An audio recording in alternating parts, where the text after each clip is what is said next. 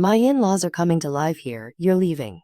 My son Mark declared, his words slicing through the quiet hum of the refrigerator. He stood there in the middle of the kitchen I'd painted myself, a soft butter yellow, chosen to catch the morning light, his arms crossed, his jaw set like a man delivering a verdict, not making a request. His wife, Sarah, hovered just behind him, a shadow with hungry eyes, her expression a smug mixture of pity and triumph. I looked from my son's face, a face I had once known better than my own, to the woman who had remade it in her own image, and I felt a strange, cold calm settle deep in my bones. I smiled, a small, quiet curve of my lips. The rent is due tomorrow. The silence that followed my smile was heavier, more profound than Mark's pronouncement. He expected tears. He had steeled himself for a fight, for the wailing of a heartbroken mother, for pleas and bargains that he could stoically refuse. Sarah certainly did. A flicker of sharp annoyance, like a striking match, crossed her face before being smoothed away. My quiet acceptance was not part of their script. They had rehearsed this, I was sure of it, over glasses of wine in the evenings, whispering in the bed that used to be mine and Robert's. They had prepared for every argument, every emotional outburst. But they had not prepared for my smile. It was a wrench in their well-oiled machine of cruelty, a grain of sand in the gears, and I could feel it grinding their momentum to a halt. "Did you hear me, Mom?" Mark's voice was a little less certain now, a little thinner. "Brenda and George. Their situation. They need a place to stay. We need the space. This is our house, after all."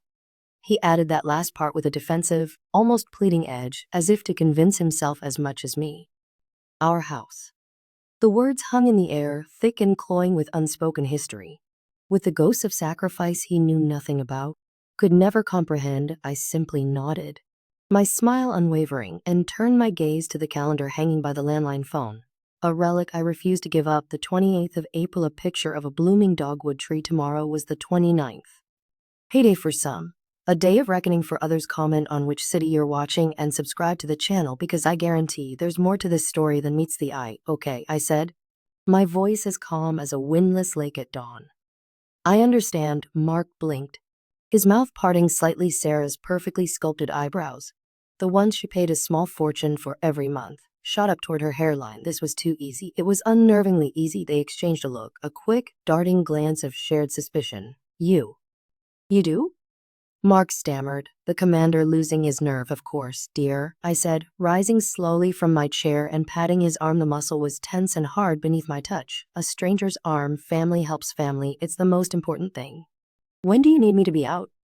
Sarah stepped forward then, her heels clicking decisively on the linoleum. She was taking control, her husband's momentary weakness an opportunity for her to assert her dominance. Her parents are packing their things now. The moving truck will be here Saturday morning. So, if you could be cleared out by Friday night, that would be ideal. It gives us a day to air the place out. The insult was meant to sting, a final, petty twist of the knife. The implication that my presence, my life, my very scent was an impurity to be scrubbed away. For 72 years, I had lived a life of quiet dignity. I had raised a son, buried a husband, and maintained this home as a sanctuary. And now I was being told I needed to be aired out. The old me, the me from before my husband Robert got sick, would have withered, would have felt the hot shame of that remark. But the woman I am now, the woman Robert made sure I would become, simply widened her smile, letting it reach her eyes. Friday night is perfect, I said, my voice light. I have a few things to sort out tomorrow, and then I'll start packing. For the rest of the day, an unnerving, theatrical politeness filled the house. Sarah made me tea, her hands trembling almost imperceptibly as she set the mug down, asking with saccharine sweetness if I needed any boxes. Mark avoided my eyes, busying himself with frantic typing on his laptop at the dining room table, the same table where he'd done his homework as a boy, where Robert and I had signed the papers that sealed our fate and saved his. They were watching me, I knew. Every move I made, every sip of tea was scrutinized. They were waiting for the breakdown, the inevitable explosion of grief and anger they felt entitled to witness. It never came. Instead, I went up to the attic. The air was thick with the scent of cedar, aging paper, and time itself. This was my sanctuary, my museum of memories. I didn't pull down big boxes or start wrapping dishes in newspaper. I did something much stranger. I went to the far corner, behind a stack of my old nursing textbooks, and opened an old steamer trunk, Robert's trunk. From inside, I pulled out a small, heavy, locked metal box. It felt cold to the touch. I also gathered a stack of old photo albums, the ones with the sticky plastic pages that had yellowed and cracked over time. I carried them downstairs, my steps slow and deliberate, past my curious son and his watchful wife, and set them on the coffee table in the living room. Taking a little trip down memory lane. "Mom?" Mark asked, his attempt at casual conversation falling utterly flat, the words clumsy in the tense hair. "Something like that," I replied, opening the first album. The plastic crackled in protest. There we were, Robert and I, young and beaming on the day we bought this house. We were standing in front of the sold sign, his arm tight around my waist, my head on his shoulder. We were so fiercely proud. We'd saved for a decade, living in a tiny, cramped apartment, foregoing vacations, driving a beat-up old car that smelled of oil and hope. This house wasn't just wood and nails. It was the physical manifestation of our love, our shared dream, the bedrock of our future. Sarah drifted over, a vulture circling, and peered at the photo. "You both look so young. The house looks different." "It was," I said softly, a genuine warmth in my voice. "We planted that oak tree in the front yard the day we moved in. It was just a sapling, no bigger than my arm. Look at it now." I didn't need to look out the window. I knew its every branch, every patch of moss by heart. I flipped the page. There was Mark as a baby, his gummy smile triumphant as he took his first wobbly steps on this very living room floor. Mark on his first day of school, his red backpack almost bigger than he was, his face a mixture of terror and excitement. Mark at his high school graduation, his face full of a boundless promise that felt, at this moment, like a cruel joke. With every photo, I felt a pang, not of sadness, but of a grim, stealing resolve. I could feel Sarah's impatience radiating off her like heat. This was not the behavior of a woman being evicted. This was the behavior of a historian, a curator. I was tending to the past, not mourning its loss. Later that evening, after a dinner eaten in near total silence, I made a few phone calls. I went into the kitchen and kept my voice low, but I knew they were straining to hear every word from the living room. The first was to my sister, Clara. "It's happening," I said simply, just like Robert thought it might. There was a heavy sigh on the other end of the line, a sound of weary resignation. "You have the papers, Helen?" Clara asked, her voice sharp with concern. "Safe and sound," I replied, my eyes flicking to my handbag on the counter. "I'll see you Saturday." The second call was to a number I hadn't dialed in years, a number I knew by heart. A man with a kind, professional voice answered on the first ring. "Gable and Son, Legal Services." "This is Helen Richmond," I said. "I'm calling about account number 734. I just wanted to confirm our appointment for tomorrow morning at 10 a.m. "Of course, Mrs. Richmond," the voice said, smooth and reassuring. "Mr. Gable has you on his schedule. He's looking forward to seeing you. Will you be bringing the usual paperwork?" "Everything is in order," I said, my eyes drifting to the locked metal box, which was now sitting on the coffee table like a dormant bomb. Everything. When I hung up, the house was utterly silent. Mark and Sarah were in the living room pretending to watch a loud, pointless game show on TV. The air was electric with their unspoken questions. Who was Mr. Gable? What papers? What was happening on Saturday? Their simple, brutal plan was going perfectly, but they felt like they were losing. My compliance was more unnerving, more threatening than any resistance could have ever been. That night, I didn't sleep in my bed. I couldn't bear to. I slept, or tried to, in the old, worn armchair in the living room, the one Robert had always sat in, its fabric imbued with his presence. I didn't cry. I sat in the dark, surrounded by the ghosts of our life together, and I remembered. I remembered Robert's last years, the way the illness had stolen his strength but sharpened his mind to a razor's edge. He'd worried, not about dying, but about me. He'd worried about Mark. "He's a good boy, Helen," Robert had rasped, his hand, all bone and paper-thin skin, frail in mine. "But he's soft. He has his father's heart, but not his spine. And that wife of his. She's a shark in calm waters. They'll see this house, our savings, as a safety net they're entitled to. They won't see the sacrifice. They'll see it as their due. What are we going to do? Robert. I'd wept, my face buried in the rough fabric of his blankets, the scent of sickness and love filling my lungs. We're going to protect you, he'd said, his voice firm despite his weakness, a commander laying out his final strategy. I've already done it. I made a plan. It's all in the box, Helen. When the time comes, and it will come, you just have to follow the steps. Don't fight them. Let them think they've won. Let them play their hand. Then and only then, you show them ours. Promise me, Helen. Promise you'll be strong enough to see it through. I had promised. And as dawn broke, casting pale gray light across the silent living room, I knew that day had come. I felt Robert's presence with me, a quiet, unwavering strength at my back. It was time to open the box. The next morning, Friday, I woke before them. I showered and dressed in my best clothes, a navy blue dress, my good stockings, and the simple pearl necklace Robert had given me for our 40th anniversary. I made coffee, the rich, dark aroma filling the tense air of the house, a final act of domestic normalcy. When Mark and Sarah finally came downstairs, their faces puffy from a restless night, they found me sitting at the kitchen table, a single, crisp manila folder in front of me. You're up early, Mark said, pouring himself a mug of coffee. He wouldn't look at me, focusing on the swirl of cream in his cup. I have an appointment this morning, I said cheerfully. At 10, Sarah's eyes narrowed into slits. An appointment? With who? Are you looking at apartments? The hope in her voice was pathetic. Something like that, I said, taking a slow, deliberate sip of my coffee.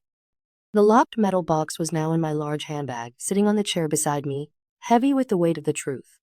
Don't worry, I won't be long. I want to get an early start on packing this afternoon. Their relief was a physical thing, a collective sigh of released tension. An apartment, of course. That explained my unnatural calm. I was a step ahead of them, securing my own future. They thought they understood. They thought they had finally figured me out. They were so tragically, beautifully wrong. I left them in the kitchen, their whispered, urgent conversation starting before the front door had even clicked shut behind me. The drive to Mr. Gable's office was filled with a strange, surreal sense of peace. I was not a victim being cast out into the cold. I was a queen, moving a crucial piece across the chessboard, a move that had been planned by a brilliant king long ago. Mr. Gable was Arthur, the son of the original Mr. Gable who had been Robert's lawyer and friend. He was an older gentleman with kind eyes and a firm handshake that spoke of competence. His office was a quiet sanctuary filled with leather-bound books and the slow, steady ticking of a grandfather clock. It felt safe, a world away from the toxic, suffocating atmosphere of my own home. Helen, he said warmly, gesturing for me to sit in the plush leather chair opposite his mahogany desk. It's good to see you, though I'm so sorry for the circumstances. The circumstances are exactly as Robert predicted, I said, placing the manila folder and the locked box on his desk. The thud they made was satisfyingly final. He nodded grimly, his face etched with respect for his old client. He was a sharp man, always thinking 3 steps ahead. Are you ready for this? Once we set this in motion, there's no going back. I thought of Sarah's triumphant smirk. I thought of my son's averted eyes, his weakness, his casual cruelty. I thought of the words, air the place out. I've been ready for a long time, Arthur, I said, my voice clear and strong. Let's get it done. For the next hour, we went over the documents. The original deed to the house. The subsequent private sales agreement to Northwood Property Group, his family's investment firm. The meticulously drafted lifetime lease contract. The notarized statement from Robert, written in his final months, detailing the precise reasons for their decision, a letter to be read only under these exact circumstances.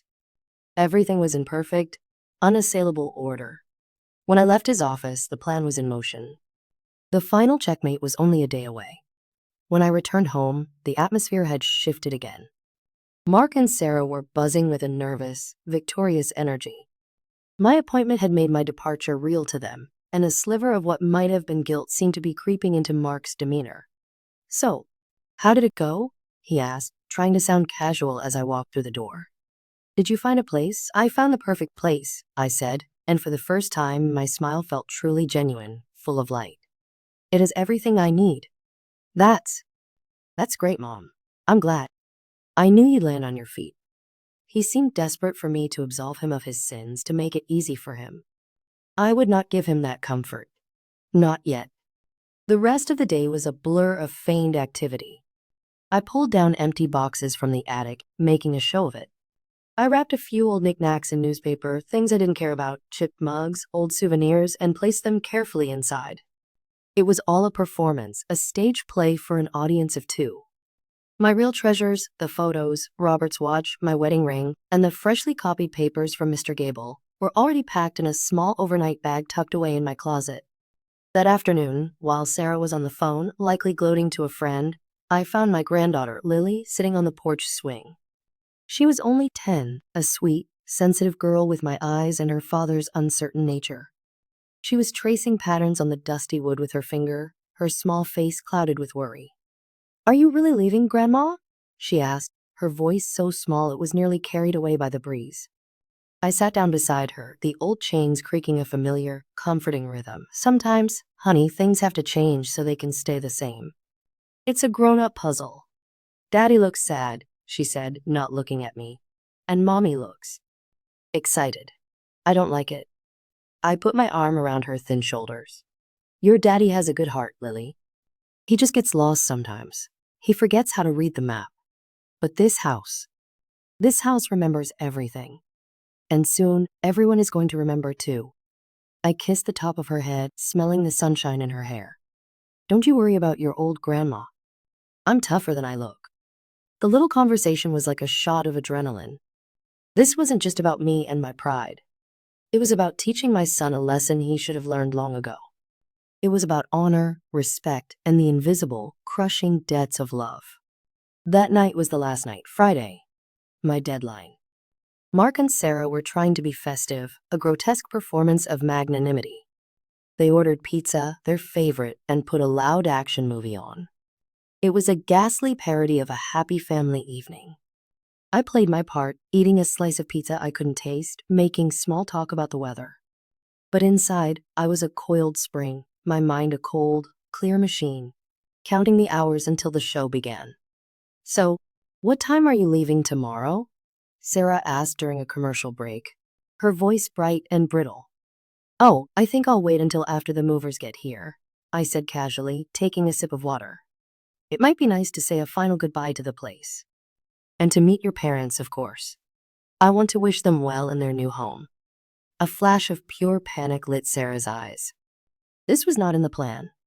They wanted me gone before her parents arrived, to avoid any awkward, tearful scenes that might spoil their triumphant arrival.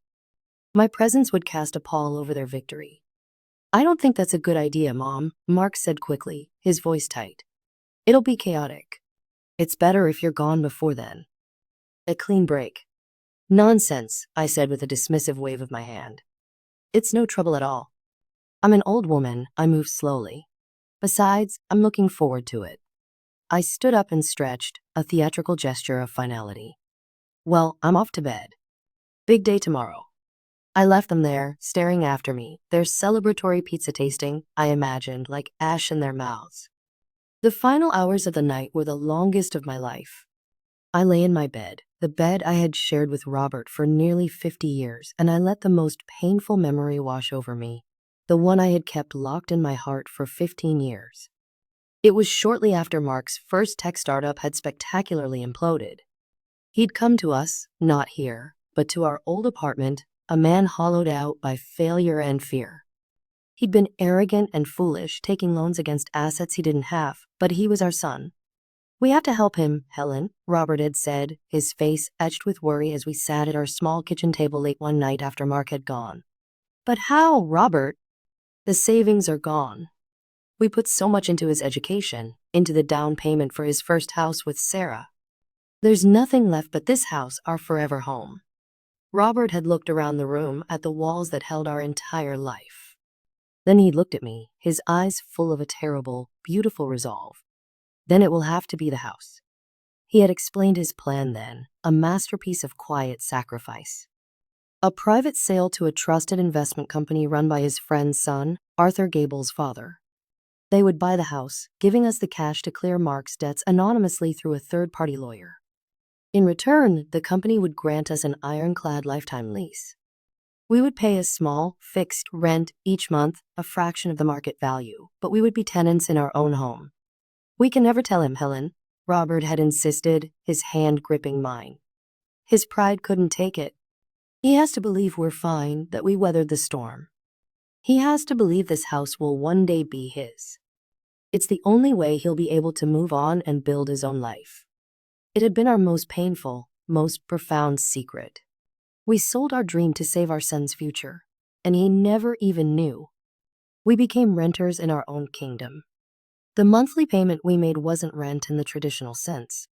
It was the fee for our lifetime right to live here, a right that was in my name only. The rent that was due tomorrow wasn't a payment I had to make. It was the first payment on a new lease for any new tenants, a lease Mark and Sarah couldn't possibly afford, and had no right to assume. I finally fell into a restless sleep, the weight of that memory settling in my bones. I was not just fighting for a home. I was fighting for Robert's legacy. For the truth of his sacrifice. Saturday morning arrived, bright and offensively sunny, a beautiful day for an execution. At 9 a.m. Sharp, a large moving truck rumbled to a stop in front of the house, its brakes hissing. Sarah was practically vibrating with excitement. She ran outside to greet her parents, George and Brenda, a smug, self-satisfied couple who looked at the house as if they were conquering new territory, their eyes already mentally placing their furniture. Mark hung back on the porch, his face a miserable mask of guilt. He helped carry a few of their boxes inside, studiously avoiding my gaze. I sat in the living room, in Robert's armchair, nursing a cup of tea. The pathetic little pile of boxes I had packed was stacked neatly by the door. George and Brenda walked in, their eyes sweeping over the room, mentally redecorating, discarding my life with their casual, appraising gaze. Helen, Brenda said, her voice dripping with the cheapest brand of false sympathy. It's so good of you to be so understanding about all this. We do appreciate you making things easy. It's my pleasure, I said, my smile serene and beatific. Welcome to your new home. I hope you'll be very happy here. Mark flinched as if struck. Sarah beamed, her victory complete. The trap was set.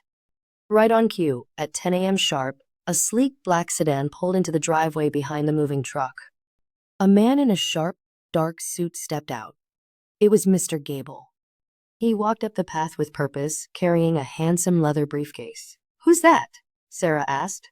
Her voice sharp with suspicion, a new player arriving uninvited to her coronation. That, I said, standing up slowly, my joints creaking slightly, is the landlord. The color drained from Sarah's face.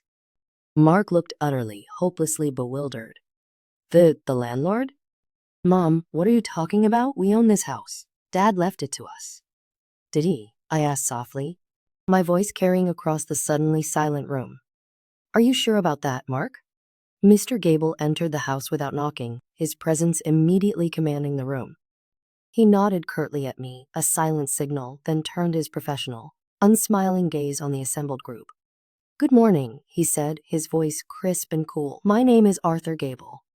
I'm the managing partner of the Northwood Property Group, the legal owners of this residence. I believe there has been a significant misunderstanding. He placed his briefcase on the dining room table. The sound of the latches clicking open was like a pair of gunshots in the silent room. Owners? Sarah squeaked, her voice an octave higher than usual. That's impossible. This is our house. It was my husband's inheritance. Subscribe now, you won't believe the twist that's coming. Mr. Gable didn't even look at her. His focus was entirely on Mark, a surgeon isolating the problem. Mr. Richmond, your mother, Helen Richmond, is the sole signatory on a lifetime lease agreement for this property, executed 15 years ago. This agreement gives her exclusive, irrevocable right of residence for the duration of her natural life. No other long-term occupants are permitted without her express written consent and a formal, legally binding lease amendment approved by my firm. He slid a thick, bound document across the polished surface of the table. This is a copy of her lease. As you can see, it is ironclad.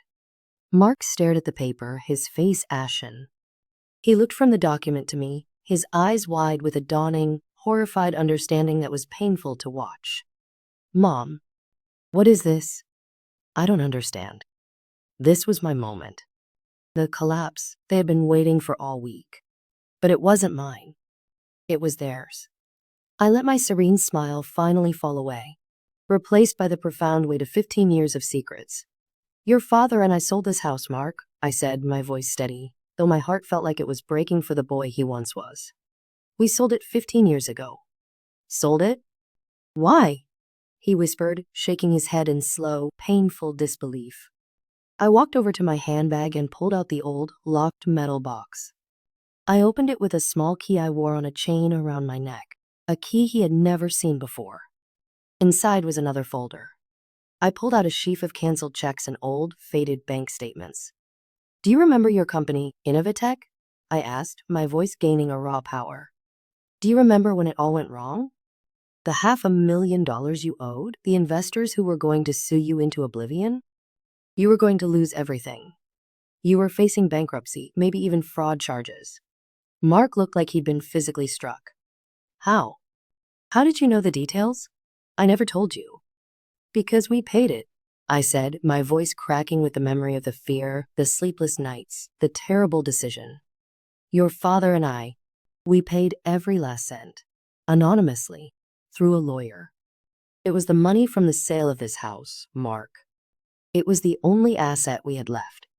We sold our home, the one we built with our own hands, the repository of our entire life together, to save you. I laid the bank statements on the table, showing the lump sum deposit from the sale and the subsequent withdrawal that matched, to the dollar, the exact amount of his catastrophic debt. We became renters here, I continued, my voice gaining strength with every word of truth. We paid rent every single month so we could stay in our own home, so you would never have to know the shame. So you could hold your head up and believe you were a success who had bounced back. Your father's greatest fear was that you would find out, that your pride would be wounded. His last gift to you was the illusion of this inheritance, an inheritance that you cashed in years ago without ever knowing it. The room was utterly silent. The only sound was Brenda's sharp, scandalized intake of breath. Sarah stared at me, her face a mask of pure, unadulterated shock, the gears in her mind grinding as she watched her dream of a free house of financial security built on my loss evaporate into thin air. The rent, I said, looking directly at my son, my heart aching for the boy he used to be and the man he had failed to become. The rent that's due tomorrow? It's the first month's rent on a new standard lease. At full market value, which is, according to Mr. Gable's latest assessment, $4,500 a month, payable to the Northwood Property Group. Of course, that's only if I agree to add you and your family to my lease as permitted occupants, which, at this moment, I am not inclined to do. I turned my gaze to Sarah and her stunned parents. And as for you, I said, my voice as cold and hard as steel, the lease is very specific. Only family members designated by the leaseholder are permitted to reside here. You are not my family. You have no right to be here. Your moving truck is outside. I suggest you use it to leave. Mark finally broke. He sank into a dining chair, his body collapsing as if his bones had turned to dust. He buried his head in his hands, and a terrible, ragged sob tore from his chest. It wasn't a cry of self-pity, but a sound of pure, soul-crushing shame. He looked up at me, his face streaked with tears, his eyes begging for something I didn't know if I had. Mom. I didn't know. Oh God, Mom, I'm so sorry. I'm so sorry. Sarah, however, was not one for apologies. A nasty, bitter rage twisted her beautiful features into something ugly. You lied, she shrieked at me, pointing a trembling finger. You deceived us for all these years. You let us believe. I let you believe what you wanted to believe. I cut her off, my voice ringing with an authority she had never heard from me before. You saw an old woman in a big house and you saw an opportunity. You never saw me. You never saw my husband's sacrifice. You saw a shortcut. Well, the shortcut is closed. I looked at Mr. Gable. Please escort these people out. My son and I have things to discuss. Mr. Gable, with the calm efficiency of a man used to such domestic dramas, stepped forward. I think you heard the lady, he said to George, Brenda, and a stunned Sarah, his voice leaving no room for argument. The tour is over. Please collect your things and vacate the premises. There was a flurry of angry whispers, a pathetic attempt at protest from Brenda about their own situation, but the sight of Mr. Gable pulling out his phone, his thumb hovering over the number for the local police department, was enough. They scurried out, defeated and exposed, their greed laid bare for all to see. Sarah shot me a look of pure, undiluted hatred before she followed them, slamming the front door behind her with a force that rattled the photo frames on the wall. And then there was silence. It was just me and Mark, sitting in the ruins of our family. The moving truck outside started its engine with a roar and then slowly pulled away, a rumbling, final retreat. Mark wouldn't look at me.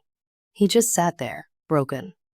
The confident man who had ordered me out of my home was gone, replaced by a shattered little boy who had just learned the true and terrible cost of his parents' love. I walked over and sat down at the table across from him. I didn't say anything. I just waited. The ticking of the grandfather clock seemed deafeningly loud. All these years, he finally whispered, his voice raw and choked. All these years, I thought. I just took it all for granted. The house, you, everything. I was so proud of bouncing back from that failure. I told everyone the story of how I did it on my own. He laughed, a bitter, humorless sound that broke my heart. What a fool I've been. What a selfish, arrogant fool. He finally raised his head, and his eyes, so like his father's, were filled with a pain that mirrored my own. How could you ever forgive me, Mom? After what I did today? After what I tried to do? I looked around the room, at the worn armchair, at the photos on the mantelpiece, at the faint scuff marks on the floor where a little boy once raced his toy cars. This house was not made of wood and nails. It was made of love and forgiveness. Robert had sacrificed it to save his son. What kind of woman, what kind of mother would I be if I let that monumental sacrifice be in vain? Forgiveness isn't a gift you're given, Mark, I said softly, my voice tired but clear. It's something you earn. It starts now, with the truth. The road ahead would be long and painful. Our relationship was broken, perhaps irrevocably. But for the first time in 15 years, it was built on a foundation of truth, not a beautiful lie kept out of love.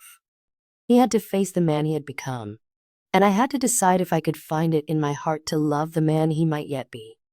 He stayed, not as the master of the house, but as a guest. My guest in my home. He helped me unpack the few pathetic things I had boxed up. He listened for hours, his face a study in anguish, as I told him stories about his father, about the sacrifices, the fears, and the boundless, secret love that had led us to this day. He cried. I cried with him. The house was quiet that night, but it was a different kind of quiet. It wasn't the silence of tension, but the heavy silence of contemplation. It was the sound of a painful, necessary ending, but also, just maybe, the faintest sound of a new beginning. My son had forgotten the most important lesson of all, that a home is not a piece of property to be inherited, but a legacy of love to be honored. And in the wreckage of his arrogance, he was finally, painfully starting to learn. The rent was due, and payment was just beginning. Comment which part of the story left you speechless.